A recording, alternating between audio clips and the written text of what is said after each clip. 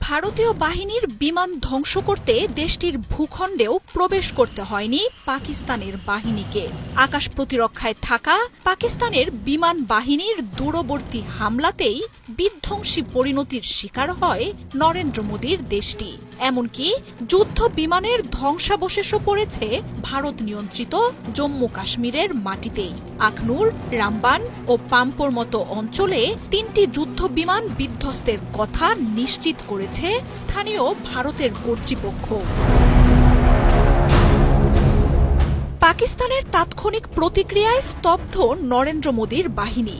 সীমান্তে পাহারায় থাকা ভারতীয় বাহিনীর 5টি বিমানকে ধ্বংস করে দিয়েছে পাক সেনারা। ফ্রান্স ও রাশিয়ার তৈরি মিলিয়ন ডলারের যুদ্ধ বিমান ও ড্রোন হারিয়েছেন নরেন্দ্র মোদী। পাকিস্তানের আকাশ সীমায় থেকেই এসব যুদ্ধ বিমান ভূপাতিত করা হয়েছে।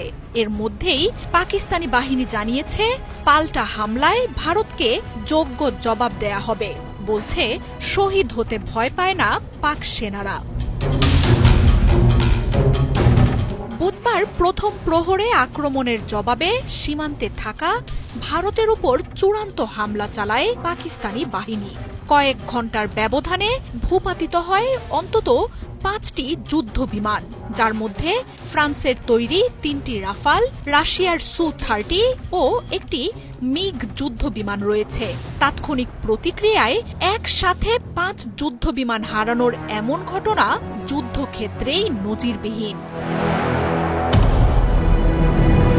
পাকিস্তানি বাহিনীর এমন বিস্ময়কর ক্ষমতায় চোখ কপালে উঠেছে ভারতের যুদ্ধ বিশ্লেষকদের। কয়েকশো কিলোমিটার দূরে থেকেই নির্ভুল হামলায় পশ্চিমা যুদ্ধ বিমান ঘায়েল করার পর থেকেই পাকিস্তানি বাহিনীর হাতে থাকা অস্ত্র নিয়েও চলছে বিস্তর বিশ্লেষণ। অর্থনৈতিকভাবে দুর্বল হলেও পাকিস্তানের সামরিক বাহিনীর ভাণ্ডারে রয়েছে মিসাইলের এক অফুরন্ত সম্ভার। ভূমি থেকে ভূমিতে, আকাশ থেকে ভূমিতে বা আকাশ থেকে আকাশে হামলায় মিসাইলের অত্যাশ্চর্য শক্তিশালী এক বহর রয়েছে পাক বাহিনীর হাতে। Fatah rocket artillery, anti tank guided missile, Abdali সহ বেশ কয়েকটি শ্রেণীর ট্যাকটিক্যাল ব্যালিস্টিক মিসাইল, শাহিন, আবাবিল, বাবুরের মতো স্বল্প, মধ্যম ও দূরপাল্লার ব্যালিস্টিক ও গাইডেড মিসাইল রয়েছে বাহিনীটির হাতে। ব্যবহার হতে পারে Raad, Taimur, Spada, Crotale surface to air ও এয়ার টু সারফেস মিসাইল। ভারতীয় বিমান ধ্বংসে দূরপাল্লার PL-5, PL-9, 10-এর সাথে নতুন করে যোগ হয়েছে নির্ভুলভাবে লক্ষ্যবস্তুতে আঘাত হানতে সক্ষম PL-15 মিসাইল। পাকিস্তানের ISPR হামলার ঘটনারও বিস্তারিত তুলে ধরেছে। ISPR মুখপাত্র জানান, পাকিস্তান শুধু তাৎক্ষণিক প্রতিক্রিয়ায় জানিয়েছে ভারতীয় বাহিনীর কোনো বিমানকে পাকিস্তানের মাটিতে প্রবেশ করতে দেয়া হয়নি। আর ভারতের যেসব বিমান ধ্বংস করা হয়েছে সেগুলোও পাকিস্তানের অভ্যন্তরে থেকেই গুড়িয়ে দেয়া হয়।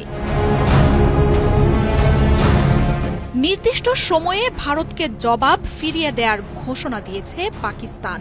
জানিয়েছে, ভারতের ভুল ধারণা গুড়িয়ে দেয়া হবে। পাকিস্তানের সেনারা মৃত্যুর ভয়ের চেয়ে দেশ রক্ষায় শহীদ হতে বেশি ভালোবাসে বলেও হুঁশিয়ারি দিয়েছে দেশটি। Must come to a grinding halt